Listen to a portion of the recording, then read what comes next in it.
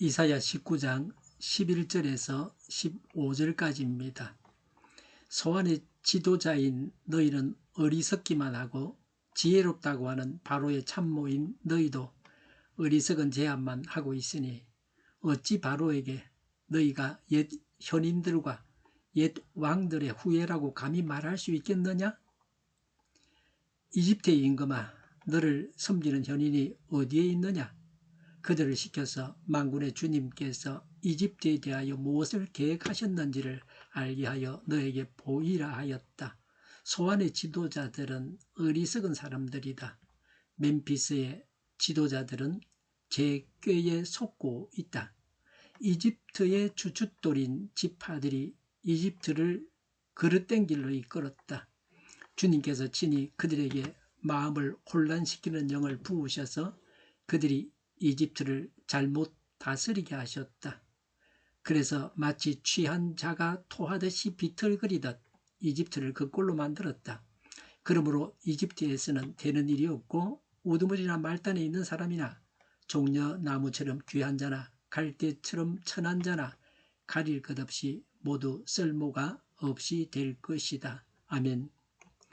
왕을 섬기는 지도자들의 어리석음을 지적하고 있습니다. 11절에 소환의 지도자인 너희는 어리석기만 하고 지혜롭다고 하는 바로의 참모인 너희도 어리석은 제안만 하고 있으니 어찌 바로에게 너희가 옛 현인들과 옛 왕들의 후예라고 감히 말할 수 있겠느냐?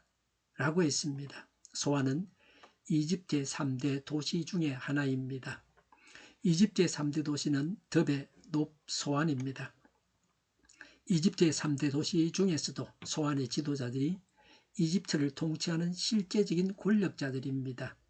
하나님께서 심판하셔서 이집트 나라가 황폐해졌습니다.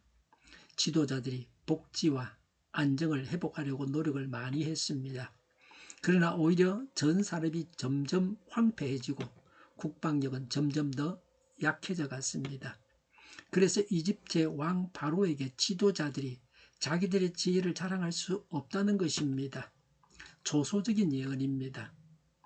세상에서 가장 지혜롭다고 여기는 자들의 한계의 부족을 지적합니다. 동시에 세상에는 사람이 전적으로 의지할 대상이 없다는 것을 알려주고 있습니다. 이런 현실을 직시하면서 아는 자가 현명합니다. 13절에 소환의 지도자들은 어리석은 사람들이다. 멤피스의 지도자들은 제 꾀에 속고 있다. 이집트의 주춧돌인 지파들이 이집트를 그릇된 길로 이끌었다고 했습니다. 멤피스는 한때는 이집트의 수도였습니다. 이집트의 지도자들의 잘못을 구체적으로 지적하십니다. 중추적 위치에서 중요한 일을 맡은 지도자들이 자신들의 지혜에 미혹되어서 하나님의 뜻을 알지 못하여 백성들을 잘못된 길로 인도하여 나라를 망하게 했습니다. 하나님을 모르는 인간 지혜의 한계를 보여주고 있습니다. 인간 지혜의 끝은 사망과 패망입니다. 이들 지도자들은 우상 숭배하는 제사를 주관하는 제사장들입니다. 그들은 수많은 신들을 고안해 내었습니다. 이들의 지혜는 하나님께서 미워하시는 일에 대단했습니다. 이집트인들이 지도자들을 따라서 헛된 우상 숭배를 한 결과는 육체적인 고통과 경제적인 피해만을 당했습니다.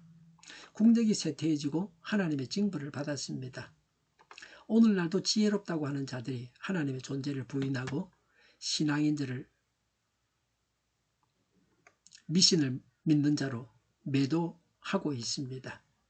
오늘날 인간은 과학기술과 현대 문명에 지배당하고 있습니다. 과학기술과 현대 문명이 우상이 되었습니다. 이것들이 하나님의 자리를 차지하고 있습니다. 차별금지법은 모든 종교는 같다는 겁니다. 특별한 종교라고 하면 안 된다. 법을 어기는 것이라고 합니다. 처벌받게 합니다. 어떤 종교를 믿든지 자신들이 알아서 믿으라는 겁니다. 우리 종교가 최고다. 우리 종교만 믿어야 된다. 그렇게 말하면 불법이고 법을 어긴 것이요 국가법이 처벌합니다. 유럽이 복음화된 것은 그 당시 차별금지법이 없었기 때문입니다. 사람들은 우상을 가지고 있었습니다. 우상 숭배를 했습니다. 사도행전에 보면 우상 숭배자들이 시위를 하고 바울에게 대들었습니다.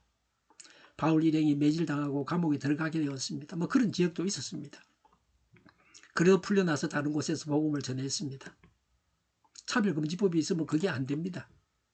그래서 유럽이 복음화되었습니다. 유럽 사람 거의 대부분이 예수님을 믿었습니다. 오늘날은 차별금지법으로 인해서 유럽의 교회는 사도행전에 나오는 교회가 아닙니다. 예수만 천국 가게 하는 구체주라고 전하면 국가법이 처벌합니다. 동성애는 인권이 아니고 성경대로 죄라고 말하면 국가법이 처벌합니다. 교회가 껍데기만 남았습니다. 모양만 남았습니다. 교회가 아닙니다. 하나님도 유럽에 복을 주실 이유가 없습니다. 유럽은 몰락하고 있습니다. 우리가 그걸 보고 있습니다. 하나님은 유럽에서 떠나가시고 유럽은 가난해져 갑니다. 유럽이나 일본에는 삼성 같은 기업이 없습니다. 이전에 쟁쟁한 기업들이 다 내려앉았습니다. 영국에서는 음식을 제대로 끓이지 못해서 식중독에 걸린다고 합니다. 연료비가 너무 비싸서 전략을 해야 하기 때문입니다. 집안의 난방을 제대로 할 수 없어서 두터운 옷을 입고 떨고 있습니다. 서민들 가정이 이러하고 국가도 재정적으로 어렵습니다. 프랑스, 독일 다 비슷합니다. 아프리카 사람들은 몰려오고 있습니다. 국방비는 더 내야 됩니다. 복지 비용이 국가 재정을 어렵게 하고 있습니다. 우리나라가 이 길로 가면 됩니까? 한국 교회 지도자들에게 차별금지법 반대 집회에 참석하라고 권하면 교회적으로 대응해야 된다고 말하면 정치활동이라고 하면서 그거 하면 안 된다고 합니다. 설교자들이 차별금지법에 대해서 말을 하지 않습니다. 교회가 아닙니다. 이제는 하나님으로부터 복을 받는 것이 아니라 몰락만 남았습니다. 12절에 이집트의 임금아 너를 섬기는 현인이 어디에 있느냐? 그들을 시켜서 만군의 주님께서 이집트에 대하여 무엇을 계획하셨는지를 알게 하여 너에게 보이라 하여라고 했습니다. 바로와 이집트 전체는 인간의 지혜를 자랑하다 파멸의 수렁에 빠졌습니다. 아무리 인간의 지혜를 자랑한다 해도 도저히 하나님께서 하실 바를 알지 못합니다. 소환의 지도자들이 지혜롭다면 그들에게 닥친 재난이 하나님의 경륜 속에서 이루어진 것임을 즉시 깨닫고 바로에게 알려서 올바른 조치를 취할 수 있을 것인데 아무도 그것을 알지 못했습니다. 진정으로 지혜로운 자는 한 명도 없었습니다. 14절에 주님께서 친히 그들에게 마음을 혼란시키는 영을 부으셔서 그들이 이집트를 잘못 다스리게 하셨다. 그래서 마치 취한 자가 토하듯이 비틀거리듯 이집트를 그 꼴로 만들었다고 했습니다. 하나님이 악을 만드는 분은 아니십니다. 타락한 본성을 방치하셨을 뿐입니다. 이집트의 멸망의 책임은 그들에게 있습니다. 복음을 듣고 받아들여서 구원받는 것은 전적으로 하나님의 은혜입니다. 복음을 거절하고 사망하는 것은 타락한 인간의 본성이 교만하기 때문입니다. 이집트 지도자들은 단편적인 지식은 잡다하게 많이 가지고 있었습니다. 그러나 중요한 지혜를 가지지 못했습니다. 지혜의 근본이신 하나님을 몰랐습니다. 이것이 문제입니다. 그래서 망하는 것입니다. 이집트 사람들은 미라를 만들었습니다. 아주 힘들고 어려운 일을 해냈습니다. 그러나 어리석게도 죽은 다음에 천국에 가는 가장 중요한 일은 놓쳤습니다. 천국 가는 일은 가장 중요한 일입니다. 15절에 그러므로 이집트에서는 되는 일이 없고 우두머리나 말단에 있는 사람이나 종려나무처럼 귀한 자나 갈대처럼 천한 자나 가릴 것 없이 모두 쓸모가 없이 될 것이다 라고 했습니다. 머리는 지도층입니다. 꼬리는 일반 백성입니다.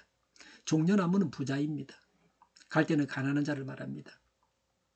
하나님께서 망하게 하셨으므로 지도자나 백성이나 가난한 자나 부자나 모든 사람들이 도탄에 빠져서 어떤 대책도 마련하지 못한다는 겁니다. 누구 하나 황폐하게 된 이집트가 나아갈 길을 제시할 수 없는 상태에 빠져버리게 된 겁니다. 이집트는 국력이 쇠퇴해진다는 것입니다. 현재는 이집트가 지구상에서 가장 못 사는 나라 중에 하나가 되었습니다. 못 산다는 말은 경제적으로 가난하다는 말이죠. 세계적으로 영향력을 행사하는 나라가 아닙니다. 후진국 중에 하나입니다. 하나님을 떠나가면 개인이나 국가적으로나 가난하게 됩니다. 국가는 국력이 쇠퇴하게 됩니다. 하나님께서 주시는 복을 받지 못합니다. 하나님은 흥망성쇠를 주장하십니다. 하나님을 알고 천국을 소유하는 것이 가장 소중합니다. 우리가 이만큼 살게 된 것도 하나님을 믿었기 때문입니다. 하나님을 믿으면 이 세상에서도 잘 살게 됩니다. 우리가 신앙생활을 잘하면, 국가적으로 하나님을 잘 신앙하면, 국가법이 하나님의 법인 성경을 대적하지 아니하면 자손만대로 복을 받습니다. 자손이 잘 될 것입니다. 세계 최강대국이 될 것입니다. 우리나라가 부강해집니다. 더 부강해집니다. 하나님께서 복을 주셔서 죽어서는 천국에 가고 이 세상에서는 천국을 이루며 살게 하십니다. 우리는 어느 길로 갈 것인지를 지금 바로 선택해야 합니다. 이것을 두고 우리가 간구해야 합니다. 기도하겠습니다. 저희가 바른 것을 선택하고 바른 길로 가게 하여 주시옵소서. 세상을 선택하지 않고 하나님을 선택하게 하여 주시옵소서. 하나님을 알고 믿고 하나님께서 주시는 풍성한 삶을 살게 하여 주시옵소서. 국가가 하나님을 대적하는, 성경을 대적하는 그런 일이 없게 하여 주시옵소서. 주님께서 역사하여 주시옵소서.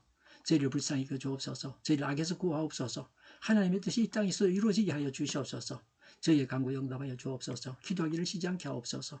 저희의 필요를 채워 주시옵소서. 오늘도 차고 넘치는 복된 삶을 살게 하옵소서. 감사와 찬양을 하나님께 돌려드리며 예수님의 이름으로 기도드립니다. 아멘.